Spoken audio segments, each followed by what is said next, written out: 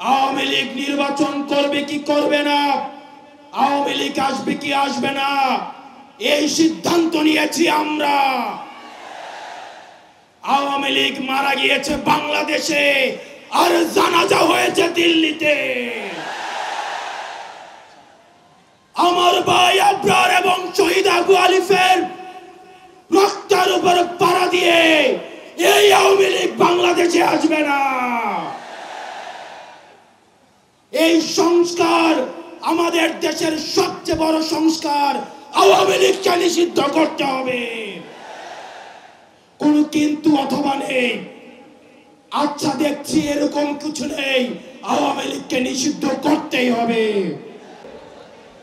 আমরা এখানে জমায়েত হতে পেরেছি, আমরা যেসব দাবিতে জমায়েত হয়েছি আজকে,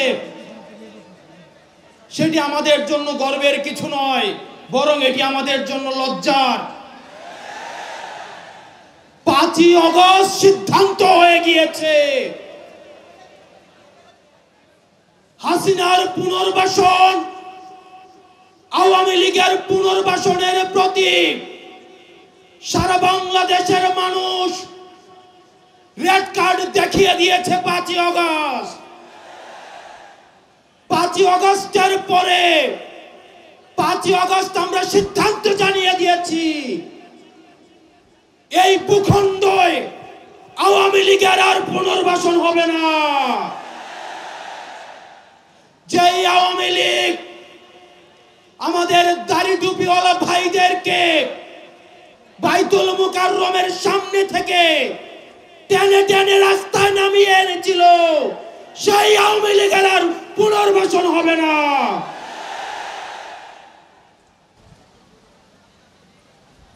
প্রিয় সংগ্রামী সহযোদ্ধা, অত্যন্ত পরিতাপের বিষয়, আজকে 8 মাস পরে এসেও আমাদের দেশের অনেক রাজনৈতিক দল, অনেক রাজনীতিবিদ আমাদেরকে বারবার করে মনে করিয়ে দেয় আওয়ামী লীগ নাকি রাজনৈতিক দল, এবং এই রাজনৈতিক দল নিয়ে সিদ্ধান্ত আসার এখতিয়ার নাকি তাদের নেই।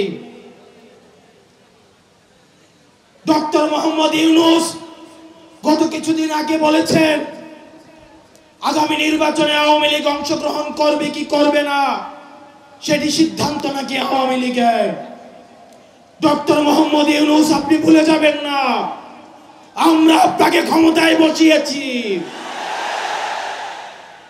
আওয়ামী লীগ নির্বাচন করবে কি করবে না, আওয়ামী লীগ আসবে কি আসবে না, এই সিদ্ধান্ত নিয়েছি আমরা।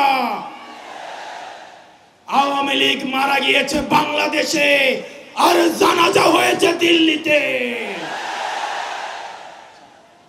আমার ভাই আবরার এবং শহীদ আবু আলিফের রক্তের উপর পাড়া দিয়ে এই আওয়ামী লীগ বাংলাদেশে আসবে না।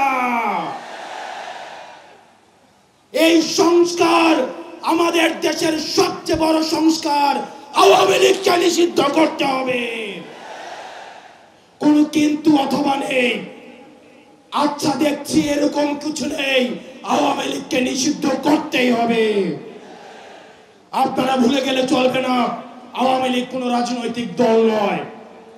৭১ পরবর্তী সময়ে আপনারা দেখেছেন শেখ মুজিব সর্বপ্রথম বাকশাল কায়েম করে গণতন্ত্রকে গলা টিপে হত্যা করেছে। এই বাকশালী দিয়ে ৩০,০০০ জাসদ কর্মীকে হত্যা করে সারা বাংলাদেশে কসাইতন্ত্র কায়েম করেছে।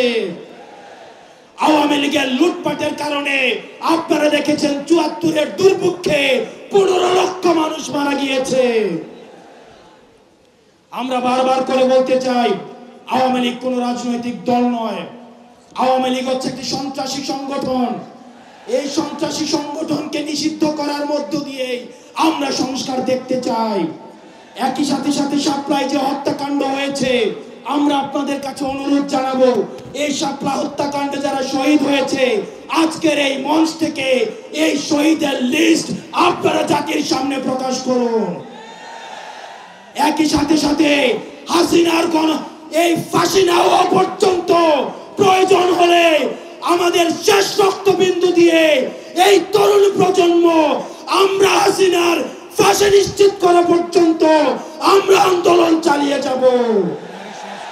এবং নারী সংস্কার নিয়ে যেই কনসার্ন আপনাদের কাছ থেকে এসেছে, আমরা চাই ডক্টর মোহাম্মদ ইউনূস এই কনসার্নগুলোকে আপনি অতি সত্বর অ্যাড্রেস করবেন এবং অপ্রয়োজনীয় যে সংস্কারগুলো রয়েছে সেটিকে পাশ কাটিয়ে প্রয়োজনীয় যে সংস্কারগুলো রয়েছে, যেটির মধ্য দিয়ে নারীদের অধিকার নিশ্চিত হয়, যেটির মধ্য দিয়ে নারীদের সম্মান নিশ্চিত হয় এবং আমাদের দেশের ধর্মীয় এবং কালচারাল সাংস্কৃতিক যেই সম্মান অক্ষুণ্ণ থাকে, সেই অধিকারগুলো, সেই সংস্কারগুলোতে আপনাকে জোর দেওয়ার জন্য আহ্বান জানাচ্ছি। আপনারা ভালো থাকবেন, সুস্থ থাকবেন। হকের পথে, হালালের পথে, সত্যের পথে আমরা এনসিপি আপনাদের সাথে সব সময় রয়েছি। ইনকিলাব, ইনকিলাব, ইনকিলাব।